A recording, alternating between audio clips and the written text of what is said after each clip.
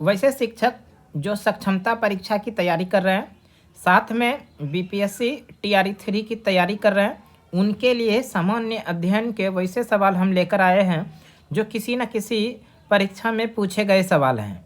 और ये सवाल के साथ साथ में हम आप लोगों के लिए एनसीईआरटी साथ में एससीईआरटी के सिलेबस से उनसे मिलता जुलता सवाल को भी साथ लेकर आए हैं। और आने वाले दिनों में जब आपका एग्जामिनेशन होने वाला है तो यहाँ से सवाल निश्चित रूप से आप लोगों को देखने के लिए मिलेगा। इसलिए इस वीडियो के अंदर आप शुरू से अंत तक जरूर बने रहिएगा। वीडियो शुरू करते हैं, अंत तक बने रहिएगा। तो देखिए, पहला ही सवाल है काकोरी ट्रेन डकैती। काकोरी ट्रेन डकैती की बात करें, काकोरी ट्रेन डकैती में इनमें से कौन सा क्रांतिकारी शामिल नहीं था? तो सबसे पहले जानते हैं काकोरी ट्रेन डकैती। ये जो काकोरी ट्रेन डकैती की घटना हुई थी, ये घटना हुई थी 9 अगस्त 1925 को। कब हुई थी? 9 अगस्त 1925 को। और काकोरी ट्रेन डकैती जो हुआ था, इसको किस संगठन ने अंजाम दिया था? इसको भी याद रखिएगा, HRA, Hindustan Republican association. HRA, Hindustan Republican association की स्थापना 1924 में किया गया था। किसके द्वारा? सचिंद्र सन्याल के द्वारा। सचिंद्र सन्याल। और इस सचिंद्र सन्याल ने काकोरी ये HRA की स्थापना 1924 में किया था। कहाँ पर? ये भी याद रखिएगा, कानपुर में किया था। और इन्हीं HRA के संगठन के सदस्यों ने, जिसमें कि मुख्य रूप से जो थे चंद्रशेखर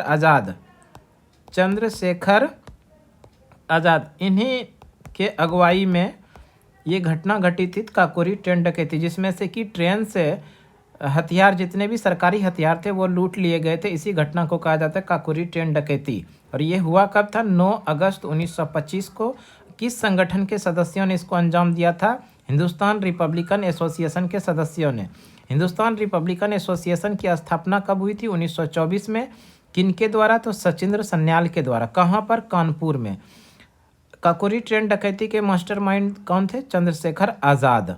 तो इस सवाल में जो सवाल पूछा गया है, काकोरी ट्रेन डकैती में इनमें से कौन सा क्रांतिकारी शामिल नहीं था? इसमें भगत सिंह शामिल नहीं था। Bhagat Singh option number D में है। Option number D is the correct answer. Next सवाल है, अगला सवाल, हिंदुस्तान सोशलिस्ट रिपब्लिकन एसोसिएशन की स्थापना किस स्थान पर की गई थी? बेहतरीन सवाल है। हिंदुस्तान सोशलिस्ट रिपब्लिकन एसोसिएशन, इसको हम लोग जो जानते हैं HSRA, Hindustan socialist Republican association. Hindustan socialist Republican association की स्थापना 1928 में किया गया था। बेसिकली ये जो था HRA को ही पुनर्संगठित करके इसको बनाया गया था HSRA। कब? 1928 में। और इसको, इस संगठन को पुनर्गठित जो किया था वो चंद्रशेखर आज़ाद ने किया था। चंद्रशेखर आज़ाद ने इसको पुनर्गठित किया था। और चंद्रशेखर आज़ाद ने इसको पुनर्गठित कहाँ पर किया था? फिरोज शाह कोटला मैदान। और ये फिरोज शाह कोटला मैदान कहाँ पर है? तो दिल्ली के अंदर है। कहाँ पर है? याद रखिएगा, फिरोज शाह कोटला मैदान कहाँ? दिल्ली। इसी फिरोज शाह कोटला मैदान में HRA को पुनर्संगठित करके हिंदुस्तान सोशलिस्ट रिपब्लिकन एसोसिएशन इसको पुनर्गठित किया था। कब? 1928 में। और ये कहाँ पर किया था? दिल्ली के अंदर। ये किसका पुनर्गठन किया हुआ संस्था है? तो HRA का। HRA के बारे में भी हम लोगों ने पीछे पढ़े। सवाल क्या पूछा गया है? हिंदुस्तान सोशलिस्ट रिपब्लिकन एसोसिएशन की स्थापना किस स्थान पर की गई थी?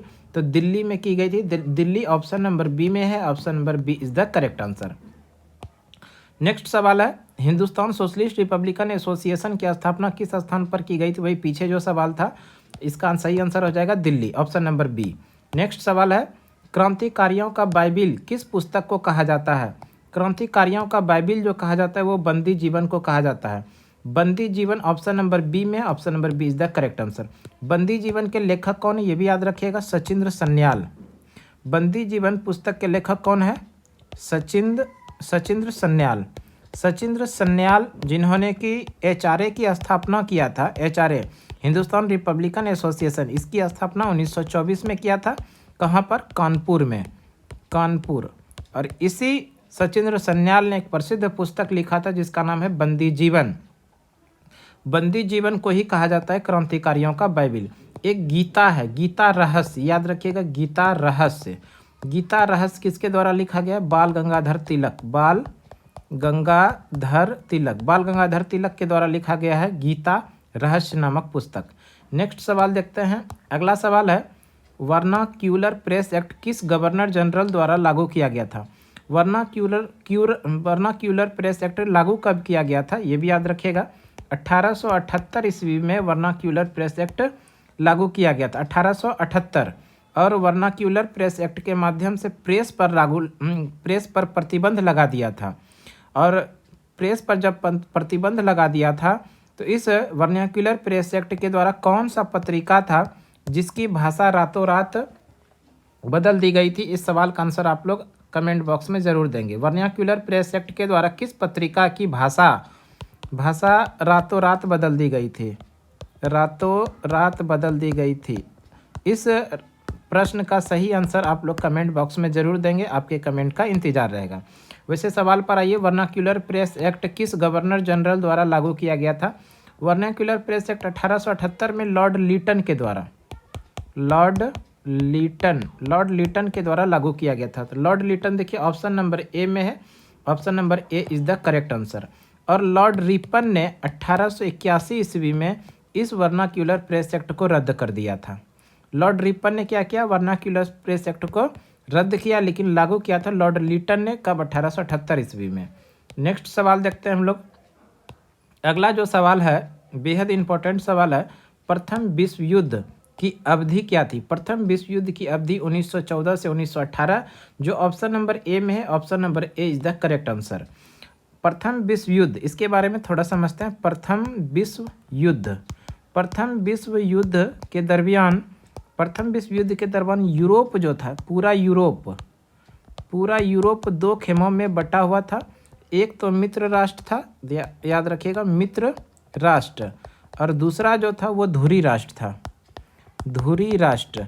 यहाँ पर सवाल आप लोग से पूछा जा सकता है कि मित्र राष्ट्र में कौन कौन से देश शामिल थे? तो इसके लिए एक शॉर्ट ट्रिक याद रखिएगा, बर्फी, BARFI, बर्फी। देखिए बी से हो जाएगा ब्रिटेन, बी से क्या हो जाएगा? ब्रिटेन। ए से हो जाएगा अमेरिका, और आर से हो जाएगा रूस, और एफ से हो जाएगा फ्रांस, और आई से हो जाएगा इटली। ये सभी जो देश थे वो मित्र राष्ट्र में शामिल थे।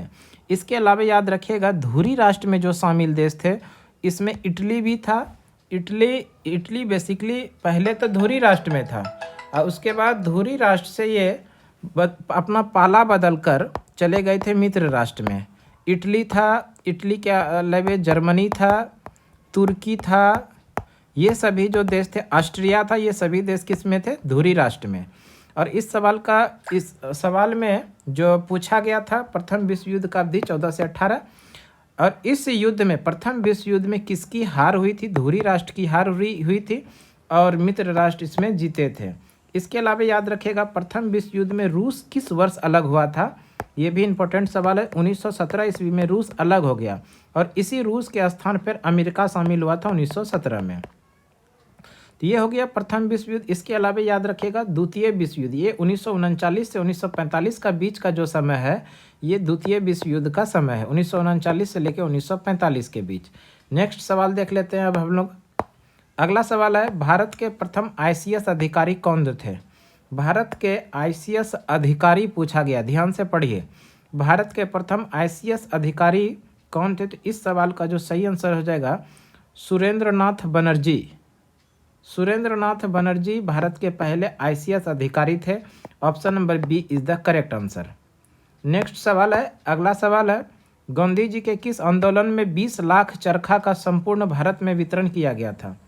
बेहद इंपॉर्टेंट सवाल है। गांधी जी के किस आंदोलन में 20 लाख चरखा का संपूर्ण भारत में वितरण किया गया था? संपूर्ण भारत में 20 लाख चरखे का जो वितरण किया गया था वो असहयोग आंदोलन के दरमियान किया गया था। असहयोग आंदोलन ऑप्शन नंबर सी में, option number C is the correct answer. असहयोग आंदोलन की बात करें तो गांधी ने जलियांवाला बाग हत्याकांड के बाद असहयोग आंदोलन की शुरुआत किया था। और ये जो असहयोग आंदोलन है, इसी असहयोग आंदोलन को भारत में पहला जन आंदोलन भी कहा जाता है। पहला जन आंदोलन, पहला जन आंदोलन। और ये जन आंदोलन शुरू कब हुआ था? 1 अगस्त 1920 को, 1 अगस्त 1920। और 1 अगस्त 1920 ईस्वी को ही तिलक स्वराज फंड का स्थापना हुआ था, गठन किया गया था। तिलक स्वराज फंड, तिलक स्वराज फंड। और इसी तिलक स्वराज फंड से लगभग 1 करोड़ रुपए की पैसे से 20 लाख चरखा खरीदा गया था और संपूर्ण भारत में बंटवाया गया था। किस फंड से? तिलक स्वराज फंड से। पहला जन आंदोलन भारत में कौन सा? असहयोग आंदोलन कब शुरू हुआ? 1920 ईस्वी को। और इसको स्थगित किया गया 5 फरवरी 1922 को, जब चौरी चौरा नामक हत्याकांड हुआ था। चौरी चौरा हत्याकांड, चौरी चौरा हत्याकांड 5 फरवरी 1922 को हुआ था। इस घटना के बाद असहयोग आंदोलन को स्थगित करना पड़ा। लेकिन पूर्ण रूप से गांधी ने असहयोग आंदोलन को जो स्थगित किया था वो 12 फरवरी 1922 को किया था। याद रखिएगा, चौरी चौरा हत्याकांड हुआ था 5 फरवरी 1922 को, लेकिन असहयोग आंदोलन को गांधी ने पूर्ण रूप से जो बंद किया था वो किया था 12 फरवरी 1922 को। नेक्स्ट सवाल देख लेते हैं। अगला सवाल है, नेहरू रिपोर्ट किसके द्वारा पेश किया गया था? नेहरू रिपोर्ट 1928 में पेश किया गया था और ये मोतीलाल नेहरू के द्वारा पेश किया गया था। Option number B is the correct answer. Next सवाल देखते हैं। अगला सवाल है, भारतीय राष्ट्रीय कांग्रेस के किस अधिवेशन में पूर्ण स्वराज की मांग दिया गया था?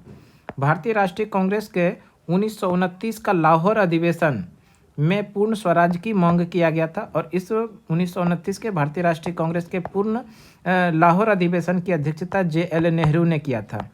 JL नेहरू।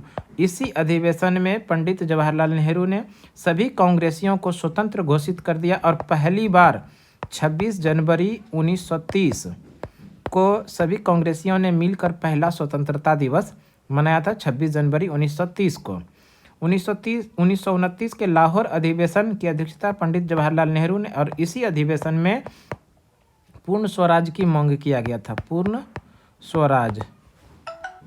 पूर्ण स्वराज की मांग किया गया था। नेक्स्ट सवाल है, अगला सवाल, भारतीय राष्ट्रीय कांग्रेस के किस अधिवेशन में पूर्ण स्वराज का मांग किया गया? ये तो हम लोग अभी पीछे पढ़े ही, 1929 का लाहौर अधिवेशन। नेक्स्ट सवाल है, भारतीय राष्ट्रीय कांग्रेस के, ये हो गया, ये तो सवाल हो गया। इस तरह से आज हम और भी सवाल है, ये सारा तो पढ़ ही चुके हैं। अच्छा, भारतीय राष्ट्रीय कांग्रेस पूर्ण स्वराज पढ़े। पूर्ण स्वराज एक ही सवाल को कई बार रिपीट हो गया है, सो ध्यान रखिएगा।